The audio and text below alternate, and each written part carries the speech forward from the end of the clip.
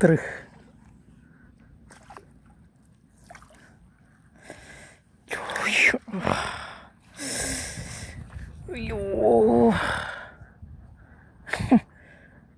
tận đầy ra nè.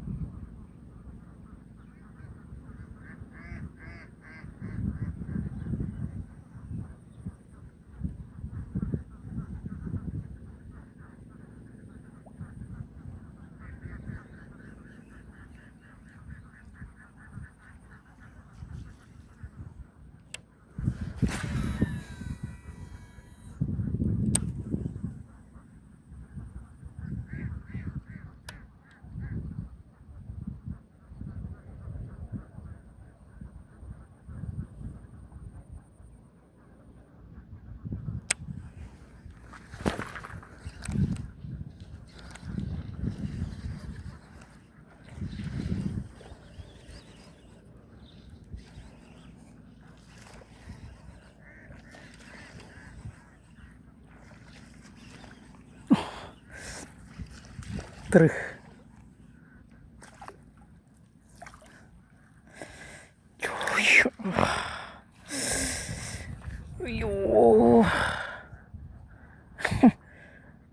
tận đầy ra nè.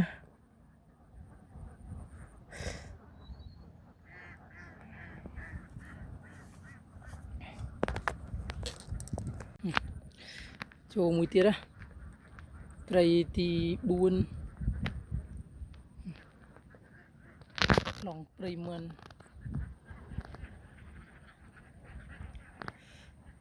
thì mà thì đầm mà